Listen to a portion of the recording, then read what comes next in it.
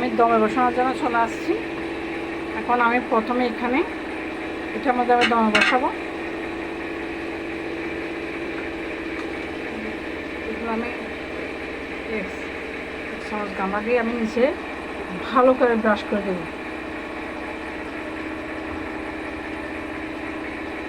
গামলাটা আমি ভালো করে ব্রাশ করে দেবো।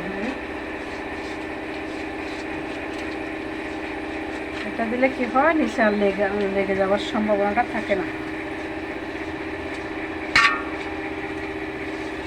আমি ঘি দিয়েছি, ডেকচিতে লেগে যাওয়ার সম্ভাবনাটা কি থাকে না।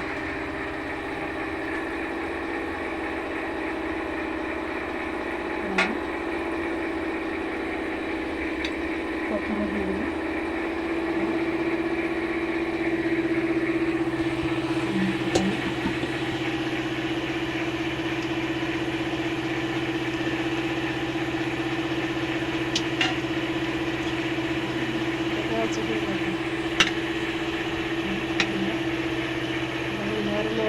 সব সেগুলো আমি রেখেছিলাম। তো এটা কিন্তু বাসমতি চাল ছিল, এটা বাসমতি চাল দিয়ে করছি। দেখেন বাসমতি চাল।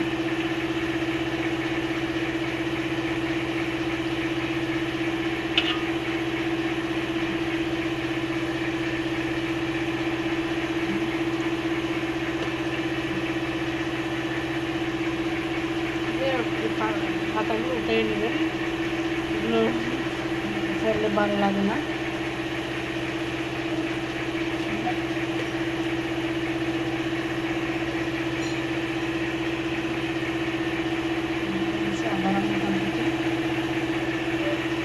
মাংসগুলো এই সাইজের হলে আপনার দম বিরিয়ানির মাংসগুলো বড় হলে ভালো লাগে।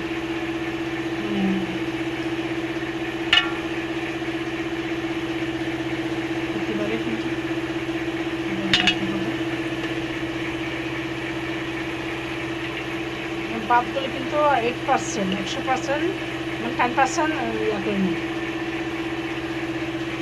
10% ফুটাবেন না, 8%-এর মধ্যে বাদগুলো নামিয়ে ফেলবেন সিদ্ধ করে। তার মানে দমের মধ্যে দিলে আবার ফুটে যাবে। এই যে আমি এগুলো চাল চাল নিয়ে গেছি, দমের মধ্যে দিলে যাতে ফুটে ব্যবস্থাটা করে রাখছি।